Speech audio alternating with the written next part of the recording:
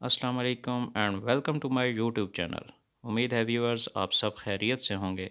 आज हम जिस मेडिसिन के बारे में डिस्कस करने जा रहे हैं वो है मेथिकोबालमीन। तमाम व्यूअर्स से गुजारिश है कि मेरी वीडियो को एंड तक ज़रूर देखें ताकि आप इस मेडिसिन के बारे में मुकम्मल इन्फॉर्मेशन हासिल कर सकें। वीडियो को स्टार्ट करने से पहले अगर आप मेरे चैनल पर नए हैं तो काइंडली मेरे चैनल को सब्सक्राइब करें और बेल आइकन को भी ज़रूर दबाएं। तो वीडियो स्टार्ट करते हैं। जी तो व्यूअर्स, सबसे पहले हम ये जानने की कोशिश करेंगे कि असल में मेथिकोबाल है क्या चीज़। मेथिकोबाल विटामिन बी 12 की एक किस्म है और ये कुदरती तौर पर इस फॉर्म में पाया जाता है। इसके बरक्स जो सियानोकोबालमीन है वो मैन मेड विटामिन बी 12 है। आप वीडियो में राइट साइड पर मेथिकोबाल का स्ट्रक्चर देख सकते हैं। इसमें ऑक्टाहेड्रल कोबाल्ट सेंटर के साथ मिथाइल ग्रुप अटैच है, जबकि सियानोकोबालमीन में इसी कोबाल्ट सेंटर के साथ सियानो ग्रुप अटैच होता है।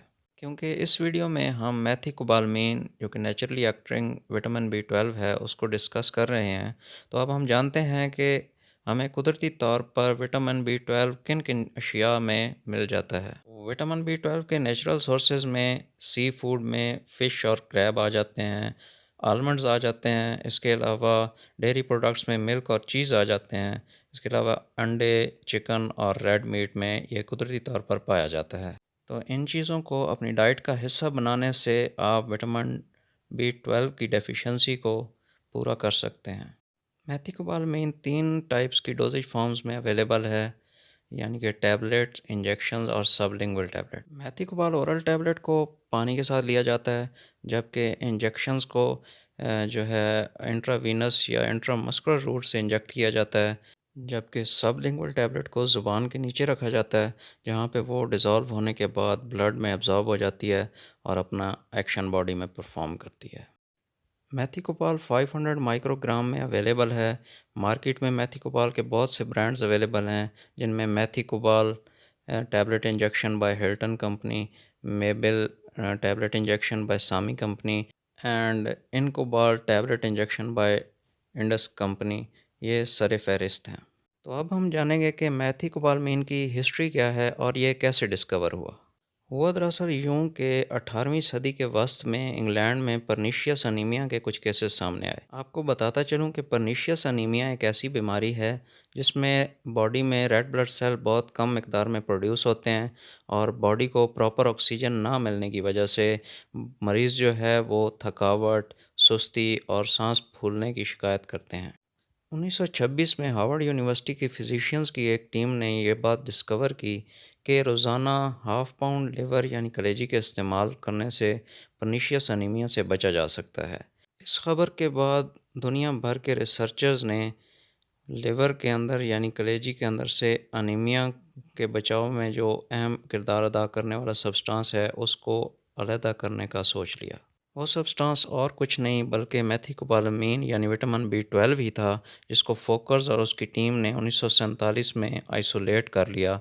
और यही आइसोलेटेड सब्सटेंस जब पर्नीशियस अनीमिया की एक पेशेंट में इस्तेमाल किया गया तो उससे वो बिल्कुल ठीक हो गई।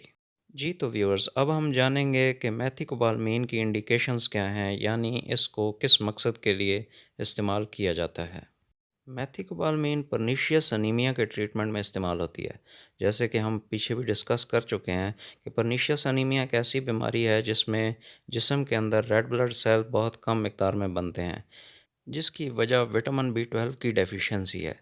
क्योंकि जिस्म को रेड ब्लड सेल बनाने में विटामिन बी 12 की ज़रूरत होती है, तो अगर जिस्म में विटामिन बी 12 की कमी होगी तो बॉडी रेड ब्लड सेल्स नहीं बना पाएगी। रेड ब्लड सेल में कमी की वजह से बॉडी को प्रॉपर ऑक्सीजन नहीं मिल पाएगी और मरीज़ में ये अलामात ज़ाहिर होंगी।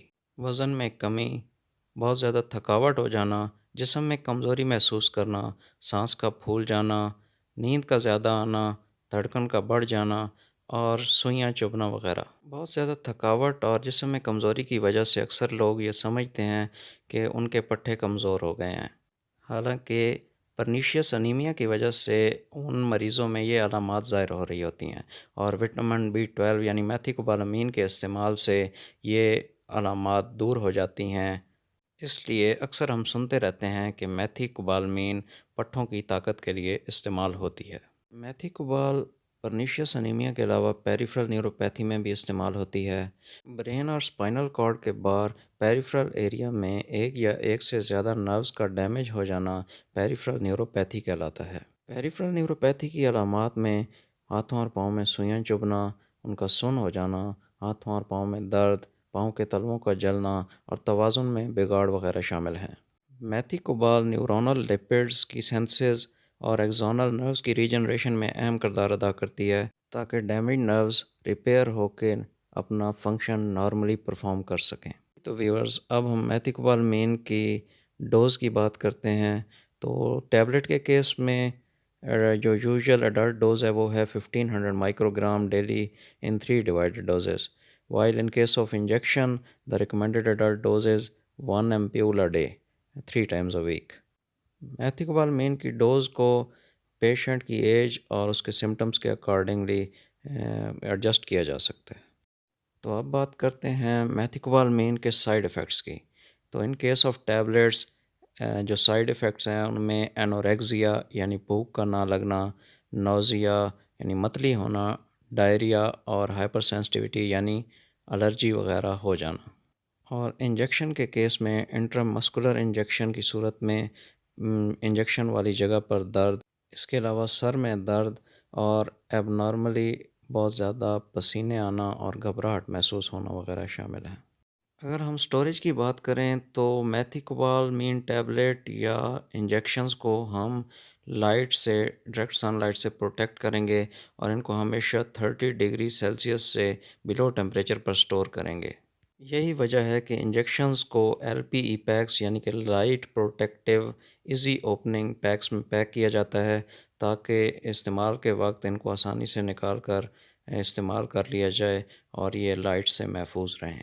क्योंकि मैथिकोबालमीन फ़ोटोसेंसिटिव है और ये लाइट की वजह से डीकम्पोज़ हो जाता है। उम्मीद है व्यूअर्स आपको आज की वीडियो पसंद आई होगी। Thanks for watching my video. Allah हाफ़िज़।